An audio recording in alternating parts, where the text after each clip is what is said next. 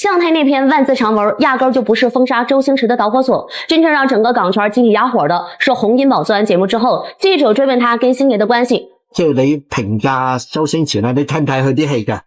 我睇啲，但係人我就冇得評價，唔想評價，唔想。係唔係唔想，係好唔想。這位大哥當年在片場撂下過一句狠話，讓周星馳記了整整20年。你不能只把自己當人，把別人都當狗。很多人覺得周星馳之所以眾叛親離，無非就是他太孤獨太摳門，拿了最佳拍檔的劇本翻臉不認人。但你真的翻翻90年代的香港票房，你就知道1992年這一年裏的票房前5全都是周星馳一個人包了，身價從幾千塊跳板到了千萬級別。可到了恩師李修賢那兒，給他的片酬還是當年沒出名時候的白菜價，合約到期想走人，這真的過分嗎？一個守着江湖規矩玩情義，一個扛着身價要公平，從根上就不是一路人。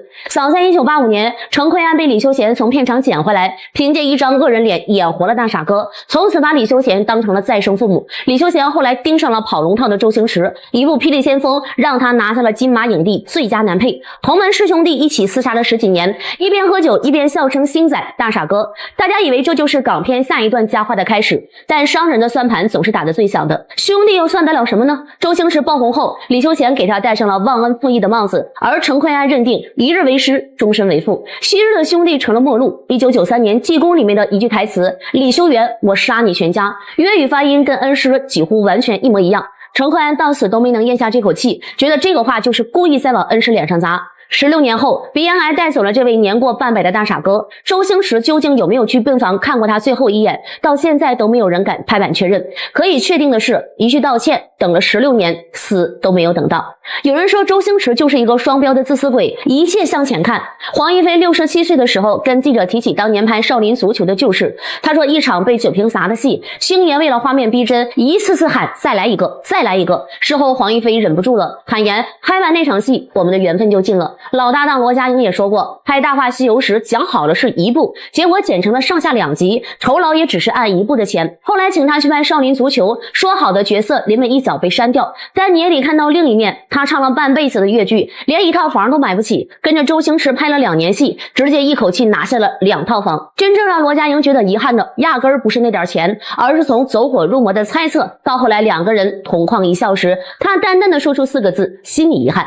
老粉絲都知道，周星馳那是一個不折不扣的片場暴君，他可以為一個鏡頭磨到所有人崩潰。王晶跟他合作8年，一度好到什麼都能在一起聊。1992年談少年李小龍，說好46分賬，周星馳坐地起價，從6成加到了8成，王晶答應了，項目卻黃了。真正壓死駱駝的最後一根稻草是《千王之王》2000，6年沒碰面的王晶花1000萬請周星馳來客串6天，周星馳把捧新人的戲搶成自己的獨角戲，讓導演和主角沒有辦法收場。王晶直接把合約內的戲日夜趕拍出來，到了第7天，他拍桌子讓他走人。從此2個人20年沒再碰過面。但哪怕是王晶在鏡頭面前也承認，他依舊是華人世界裡面最好的喜劇演員。可為什麼跟周星馳鬧掰的人幾乎沒有一個說他電影不好看的？洪金寶說不想評價，但心裡清楚，功夫開頭斧頭幫大戰那5分鐘經典出自他的手筆。那些人罵的是規則和利益，不是才華。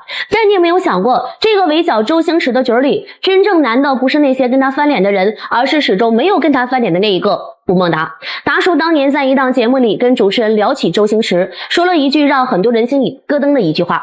我也有時候也在想，什麼原因？這好像現在感覺有點老死不相往來的那種感覺。回顧過去的交情，發現2個人早前還有聯繫，拍功夫時非典錯過，拍美人魚時又因為生病住院沒有去成，錯過了就是錯過了，一晃20年再也沒有碰過面。他是那個最懂周星馳的人，懂他的固執不是出於情懷，而是性格使然。可恰恰就是這份懂得，讓他更不能夠輕易去打擾。是你先來找我，還是我先去找你呢？從星仔變成星爺，變化的從來不是人，而是那段再也回不去的距離。你問我為什麼這麼多人靠周星馳走紅，最後卻要跟他分道揚鑣？因為周星馳這個人骨子裡就沒有人情這2個字，他只有電影。他用電影的標準去衡量每一件事，哪怕是跟他稱兄道弟的人，在他的眼裡也只是分為對電影有用和對電影沒用。這種人生觀在創作上是金礦，在交朋友這件事上就是絕路。他選擇了一條最難走的路，不討好任何人，只討好每一個鏡頭。別人罵他合情合理，他他扛着众叛亲离4个字，把所有的想说的话都拍进了电影里。不是他不需要朋友，是他一直把心里那些说不出来的对白变成了一帧一帧的底片而已。